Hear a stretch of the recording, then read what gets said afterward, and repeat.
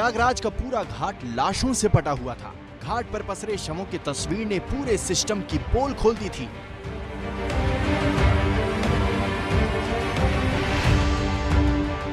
सिर्फ घाटों पर ही नहीं बल्कि गंगा नदी में तैरते हुए ये शव पूछ रहे थे, अगर किसी चीज की कमी नहीं थी तो सरकार हमारी जान क्यों नहीं बचा पाई। उत्तर प्रदेश की जनता और देश और दुनिया की जनता वो चीज कैसे भूल जाएगी कि जहां मां गंगा में हजारों लाशें बह रही थीं।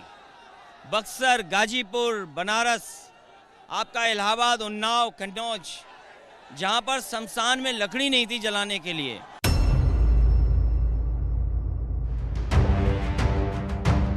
कोरोना महामारी में योगी सरकार की नाकामियों को मुद्दा बनाकर सवाल पूछ रहे हैं अखिलेश यादव, और इसीलिए जवाब देने सामने आए हैं प्रधानमंत्री नरेंद्र मोदी।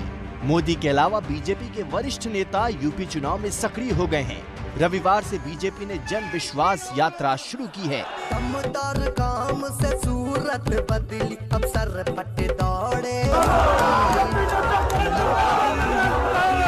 भारत माता की। मोदी समेत बीजेपी की टॉप लीडरशिप का पूरा जोर इस बात पर है कि यूपी को योगी राज में क्या मिला, क्योंकि हर हाल में उन मुद्दों से जनता का ध्यान हटाना है जो उन्हें नहीं मिला। साल 2017 में योगी आदित्यनाथ ने सत्ता संभालने के बाद यूपी की सड़कों को गड्ढा मुक्त बनाने का वादा किया था। जून तक किसी भी स्थिति में उत्तर प्रदेश की सड़कों को गड्ढा मुक्त किया जाए। योगी आदित्यनाथ ने दावा किया था कि पूरे प्रदेश के गड्ढे भरने में 40 दिन का वक्त लगेगा। करीब 1400 करोड़ रुपए का बजट भी रखा गया था।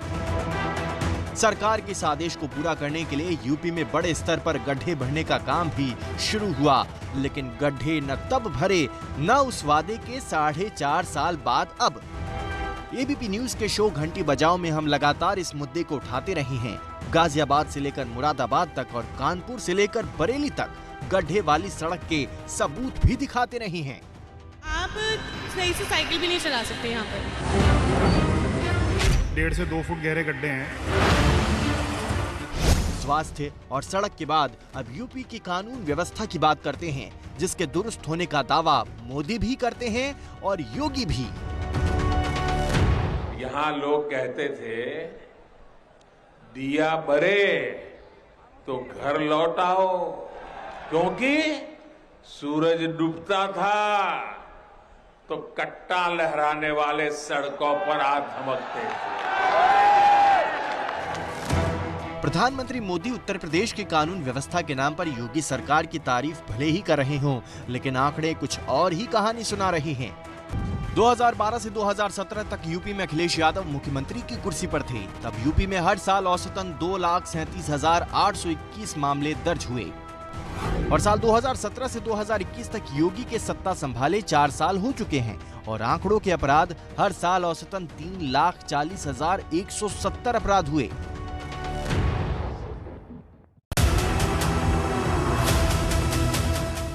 लाखों के औसत वाले इन अपराधों से अलग कानपुर के कारोबारी मनीष गुप्ता की मौत जैसे मामलों ने यूपी सरकार की किरकिरी की है। इस होटल ही में मेरे हस्बैंड का खून हुआ है, एक पुलिस वाले ने किया है। यूपी की पुलिस पर सवाल उठाने वाली ऐसी ही एक तस्वीर यूपी के कासगंज से आई थी। क्या कहीं देश में ऐसा हुआ कि एक व्यापारी व्यापार करने आया हो और पुलिस जाकर के वसूलने पहुंच गई हो, पीट पीट करके एक व्यापारी को मार दिया हो? कहीं दूसरा उदाहरण हो तो बता दो हमें। 2 फीट के पाइप पर कासगंज में बताओ कोई नौजवान फांसी लगा लेगा? भारतीय जनता पार्टी मारो और डरा रही है, राज करो। अखिलेश के वार के सामने योगी कमजोर न पड़े, इसलिए बचाव और पलटवार दोनों के लिए प्रधानमंत्री मोदी आगे आए हैं। दरअसल चुनावी सर्वे में भी योगी की लोकप्रियता का ग्राफ गिरा है। सी वोटर सर्वे में सवाल हुआ था कि यूपी में सीएम की पसंद कौन है, तो 9 दिसंबर से 20 दिसंबर के बीच योगी की लोकप्रियता का ग्राफ 3% तक गिरा, जबकि बतौर सीएम अखिलेश यादव के ग्राफ में 4% की बढ़ोतरी हुई है। योगी का ग्राफ जहां इस सर्वे के मुताबिक पिछले कुछ दिनों में स्थिर दिख रहा है, वहीं अखिलेश का ग्राफ चढ़ रहा है। जैसे मैंने बार बार कह रहा हूं कि 4 महीने पहले तक अखिलेश यादव रिटन ऑफ थे। एकदम से, जिसे राजनीति में कहते हैं सही समय बहुत अहमियत रखता है राजनीति पे। अखिलेश यादव ना सिर्फ प्ले में आए, इस बार मुलायम सिंह यादव नहीं है, ये सारा दारोमदार अखिलेश पर खुद से है। और वो पीक कर रहे हैं इस तरह से कि प्राइम मिनिस्टर तक ने, उन्होंने अपनी पब्लिक मीटिंग्स में रिएक्ट किया है। तो इसका मतलब एक हिस्से में इस चुनाव को जब ये बाइपोलर होने लगा, अपने आप को चैलेंजर, मैं उनको बार बार कहता हूं अखिलेश यादव को, उस रूप में अपने आप को उन्होंने स्टैब्लिश जरूर कर लिया है। तो अखिलेश यादव ने खुद को बीजेपी के सामने चैलेंजर के तौर पर स्थापित कर दिया है और अखिलेश यादव की चुनौती का जवाब दे रहे हैं मोदी। चुनाव नजदीक आने पर यह खेल और दिलचस्प होता